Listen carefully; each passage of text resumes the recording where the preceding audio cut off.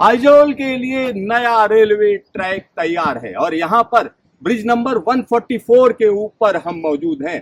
Bridge number 144 पर आपको क्यों लाए हैं? इसलिए लाए हैं क्योंकि इस प्रोजेक्ट का सबसे लंबा पुल है, 378 मीटर इसकी लंबाई है। लेकिन इसको बनाना आसान नहीं था क्योंकि नीचे आप देखिए घाटी है और एक नदी बह रही है। ऊपर से तो यह छोटी नदी दिखती है, लेकिन जब बरसात होती है तो इसमें पानी अचानक बढ़ जाता है, जबरदस्त तरीके से बढ़ जाता है। आसपास जंगल का इलाका है, घाटी है। मिजोरम की जब हम बात करते हैं तो 90% से ज्यादा इलाका इसी तरीके के जंगल और घाटियों के बीच से होकर जाता है। तो तालोंग नदी है नीचे, तालोंग नदी आप देखिए। और साथ ही साथ यहाँ पर जो सबसे ऊंचा खंभा है इस पुल का, वो हम आपको दिखा रहे हैं। यहाँ देखिए, यह खंभा कुतुब मीनार से भी ऊंचा है। इसका बेस जहां पर है वहां से लेकर ऊपर तक की ऊंचाई अगर आप समझेंगे तो 114 मीटर की ऊंचाई है। कुतुब मीनार की ऊंचाई की बात करें तो 78 मीटर, यानी ये कुतुब मीनार से भी ऊंचा है। और नॉर्थ ईस्ट की जब हम बात करते हैं तो यह पुल इस मामले में भी अनूठा हो जाता है क्योंकि यह खंभा निश्चित तौर पर कहा जा सकता है कि नॉर्थ ईस्ट का दूसरा सबसे ऊंचा खंभा है। और यहाँ यह पुल नंबर 144, और पुल नंबर 144 को बनाना आसान नहीं था, जैसा मैं बता रहा हूँ, क्योंकि टोपोग्राफी अलग अलग है।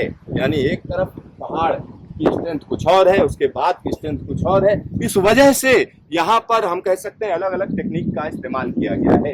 यहाँ पर जो स्पैंस है उसमें कंपोजिट वेब गर्डर का भी इस्तेमाल किया गया है, ओपन वेब गर्डर टेक्निक का भी इस्तेमाल किया गया है। तो यह निश्चित तौर पर हम कह सकते हैं कि चुनौतीपूर्ण प्रोजेक्ट रहा है और आज यह कंप्लीशन की तरफ है। पूरी तरीके से कंप्लीशन हो चुका है, सीआरएस हो चुका है, इस पर ट्रेन को मंजूरी मिल चुकी है।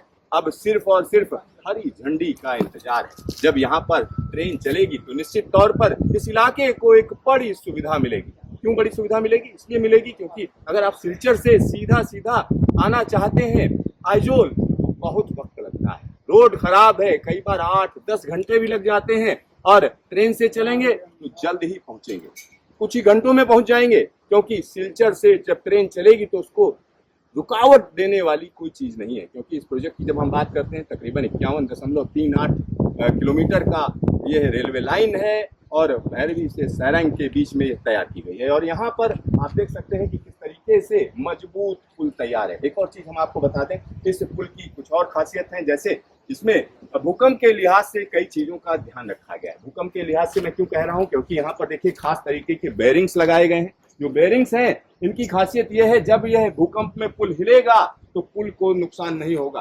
पुल हिलेगा, आगे पीछे जाएगा और उसके बाद अपनी जगह पर वापस आ जाएगा। यानी भूकंप के लिहाज से भी ये पूरी तरीके से मजबूत है। साथ ही साथ इसमें फाउंडेशन की अगर हम बात करते हैं, आपको हम फाउंडेशन दिखाते हैं। यहाँ पर यह फाउंडेशन खास तरीके से तैयार की गई है। आप नीचे देखिए, फाउंडेशन के अंदर से होकर पानी गुजर रहा है। आप समझिए तालोंग रिवर अंदर से होकर जा रही है, क्योंकि खास तरीके का यह डिजाइन है। इसमें पाइल फाउंडेशन का इस्तेमाल किया गया है, यानी मजबूती के साथ यह पुल टिका रहे, इसका खास ख्याल रखा गया है। तो यह इलाका निश्चित तौर पर कहा जा सकता है एक बड़ा फायदा होने जा रहा है भारतीय रेलवे की वजह से।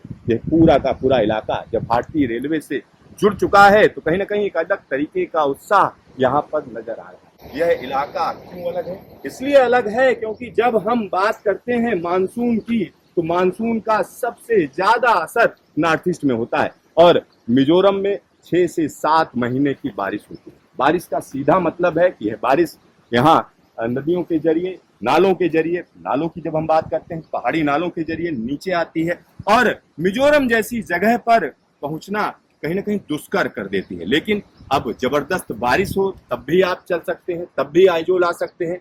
और आइजोल को एक बेहतर कनेक्टिविटी मिल चुकी है। जब प्रधानमंत्री नरेंद्र मोदी नई ट्रेन को हरी झंडी दिखाएंगे तो इस इलाके को भारतीय रेलवे के मैप में सीधा जोड़ दिया जाएगा। सिद्धार्थ, न्यूज स्टेशन, सायरंग का ब्रिज नंबर 144, मिजोरम।